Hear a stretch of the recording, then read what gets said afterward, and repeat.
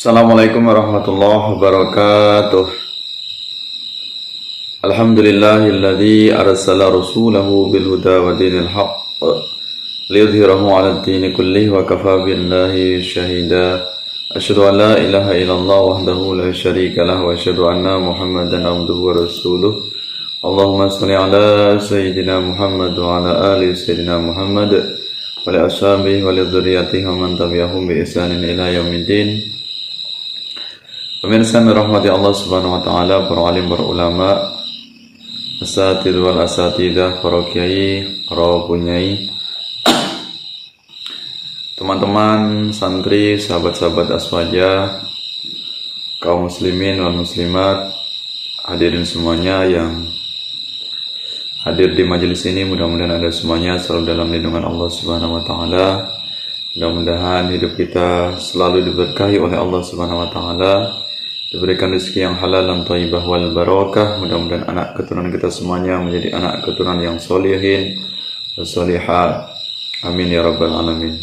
Alhamdulillah, atas izin Allah pada kesempatan ini kita bisa bertemu kembali, tentunya atas segala nikmatnya yang telah dilimpahkan kepada kita semuanya. Mudah-mudahan kita semuanya menjadi hamba Allah yang selalu bersyukur, sehingga bisa kita aplikasikan dengan melaksanakan semua perintahnya dan meninggalkan semua yang dilarang oleh Allah Subhanahu wa taala.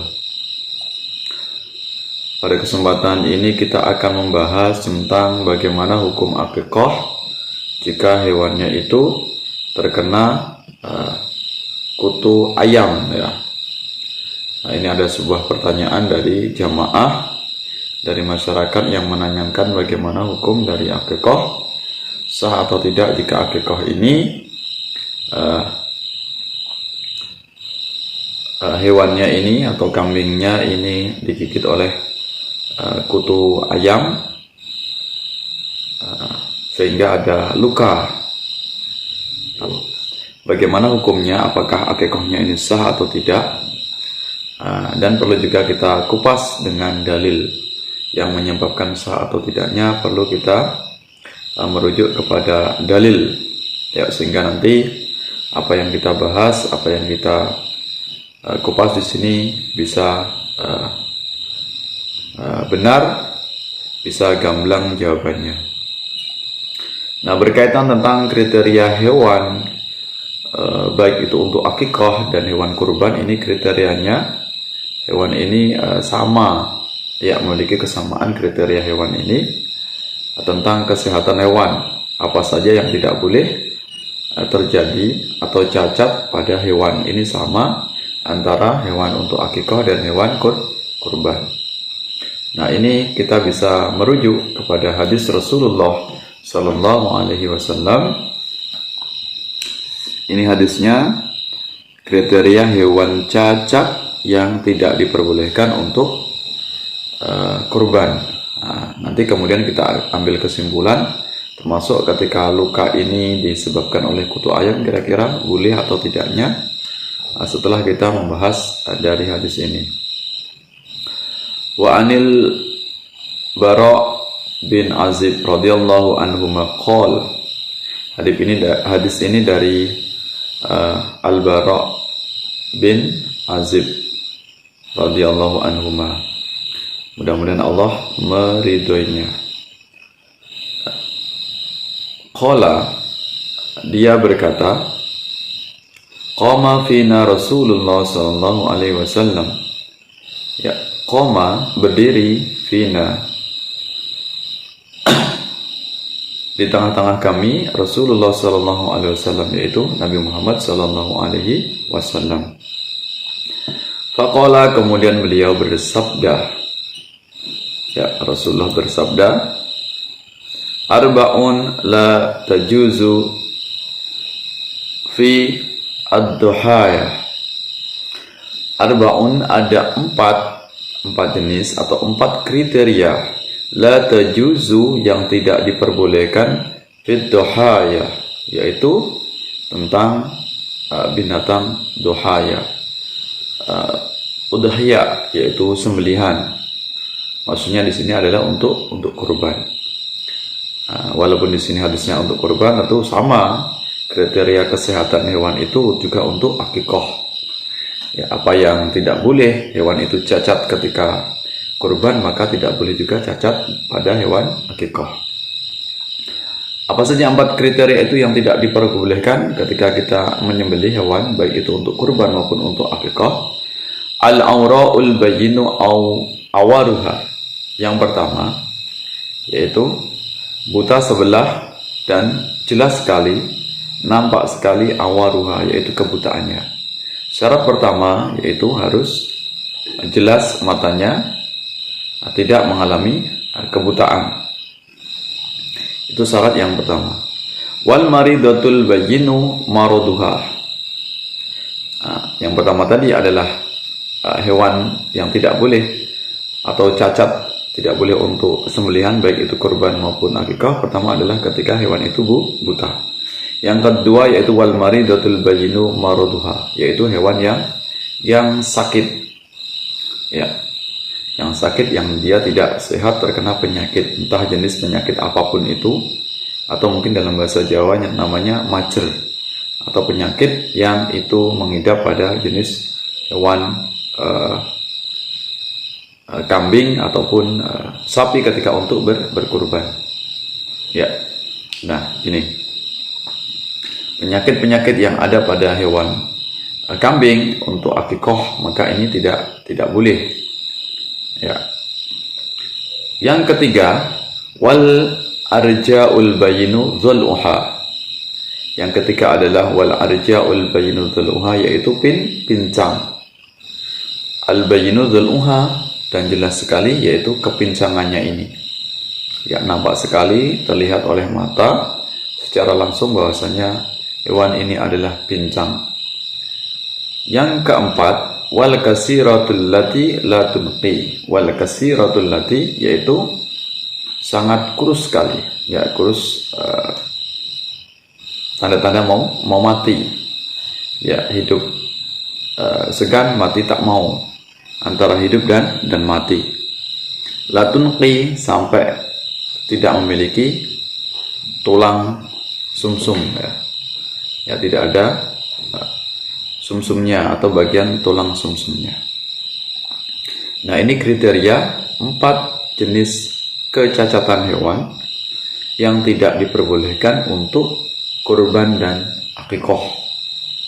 Ya, jadi ada 4 kriteria menurut hadis ini. Ya, hadis ini diriwayatkan oleh ada Sunan Ibnu Majah, kemudian An-Nasa'i, Tirmidzi, kemudian Imam Ahmad, kemudian Ibnu Hibban. Jadi banyak yang meriwayatkan hadis ini ya. Hadis ini termasuk hadis masyhur, sudah dijelaskan oleh para ulama, terkenal di kalangan para hadis. Nah, ini kalau kita ambil kesimpulan tadi, ada 4 kecacatan hewan yang tidak diperbolehkan untuk akikah maupun untuk kurban. Yang pertama adalah karena buta. Yang kedua adalah karena sakit parah. Ya, sakit yang dia ini tidak ada tanda-tanda mau sehat. Yang jelas-jelas ini sakitnya ini sulit untuk disembuhkan. Ya, sehingga daripada nanti terlanjur mati, akhirnya kita segera untuk kita sembelih, baik itu untuk kurban maupun akikoh. Ya, kambing untuk akikoh yang kambingnya itu sudah sakit parah, maka nggak boleh ya. Yang ketiga adalah pincang. Yang keempat adalah sangat kurus sekali. Ya, kurus, lemah, sehingga dia hanya sekedar hidup saja. Sedangkan hewan ini tidak ada gairah untuk hidup. Hanya mampu untuk bisa bertahan hidup. Nah, 4 kriteria ini yang tidak diperbolehkan atau cacat, sehingga terlarang atau tidak sah untuk kurban maupun untuk akikah. Nah, lantas bagaimana tentang hewan tadi yang dia ini karena digigit oleh kutu ayam? Maka hukumnya ini diperbolehkan ya. Diperbolehkan, sah, karena tidak masuk dalam kriteria kecacatan yang disebutkan dalam hadis tadi. Asalkan binatang atau kambing yang mau untuk akikah tadi ya, dia tidak buta, tidak sakit parah, artinya dia memang sehat, tidak pincang, dan tidak penyakitan atau tidak kurus, ya, sehingga tidak hanya tertinggal tulangnya saja. Nah, maka ini hukumnya adalah sah. Maka boleh-boleh saja dengan yang itu tadi, binatang yang hanya karena luka digigit oleh kutu ayam. Nah, ini penjelasan saya tentang sah atau tidak sahnya, tentang luka pada hewan kambing untuk akikoh. Jika digigit oleh kutu ayam, maka hukumnya adalah sah, diperbolehkan, ya. Nah, kemudian ada beberapa kriteria hewan yang makruh untuk dijadikan hewan kurban atau hewan akikoh. Kedua, tanduknya pecah atau patah. Nah, maka ada sebagian di masyarakat kalau otomatis tanduknya ini pecah atau patah, ini langsung dikatakan tidak sah. Nah, maka ini ada kesalahan, ya. Tetap dia hukumnya adalah sah, tapi hukumnya makruh. Artinya boleh ketika dalam kondisi patah atau pecah tanduknya, ya, untuk akikoh maupun untuk kurban. Kemudian giginya patah atau pecah juga. Nah, ini tetap hukumnya adalah sah walaupun hukumnya makruh. Nah, ini jadi tidak mengurangi atau tidak menyebabkan tidak sah. 3 kriteria tadi, yaitu telinganya terpotong, tanduknya pecah atau patah, dan giginya patah juga pecah. Nah, kemudian ada tambahan lagi ini dari ulama tentang 18 jenis cacat hewan kurban atau hewan akikoh yang ini tidak sah. Tidak sah, ini menambahi dari hadis yang di atas tadi. 4 kriteria tadi ditambahi lagi. Mungkin ada terjadi di masyarakat, di lingkungan kita, 14 jenis cacat hewan yang tidak diperbolehkan untuk kurban maupun untuk akikoh.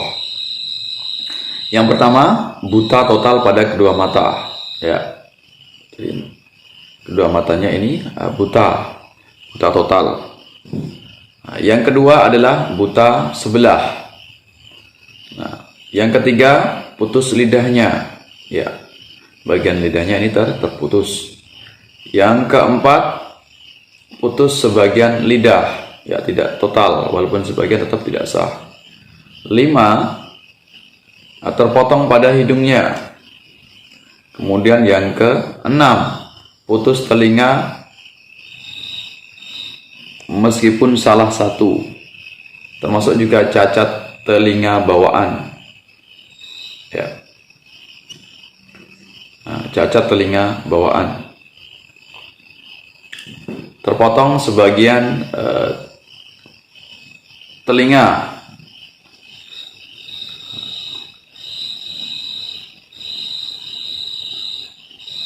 Ya, ini yang ke-7, terpotong sebagian telinga. Ya. 8, tidak mampu berjalan. Ya, seperti berjalan dari tempat awal menuju ke tempat penyembelihan. 9, tidak memiliki kaki depan atau kaki belakang, baik keseluruhan ataupun sebagian. Ya. Kemudian yang berikutnya, terputus ujung susunya atau kering. Ini bagi hewan yang dia ini adalah hewan betina, karena tidak memproduksi air susu. Nah, jadi baik untuk kurban maupun untuk akikoh, ini hewan betina ini diperbolehkan, ya, tetap sah, walaupun utamanya adalah hewan jantan. Ya, jadi hewan yang betina ini tetap sah. Ya. Kemudian berikutnya, hewan yang terputus ekornya kecuali bawaan semenjak lahir. Berikutnya, sebagian besar ekornya terputus. Ya, berarti lebih banyak bagian seluruh ekornya, hampir seluruhnya, ya. Kemudian berikutnya, tidak memiliki atau patah pada ujung belakang dari tulang punggungnya. Jadi tulang punggungnya ini terpatah, ya, terpotong, ya. Ya. Kemudian berikutnya, hewan yang tampak jelas sakitnya. Jelas ini kalau sudah sakitnya, sakit apa yang kemungkinan kecil dia akan sembuhnya. Ya, sakit yang jelas parah ya. Nah, kemudian hewan yang sakit parah bagian tulangnya atau sumsumnya sehingga tidak mampu berjalan atau tanda kondisi lemah lainnya. Kemudian hewan yang sebagian besar zanabnya tidak ada. Zanabnya ini adalah tulang punggungnya. Ya, kemudian ada lagi berikutnya hewan yang pernah diobati karena sakit lalu tidak lagi mampu memproduksi air susu. Kemudian berikutnya hewan yang memakan kotoran akibat lama terkurung. Ya.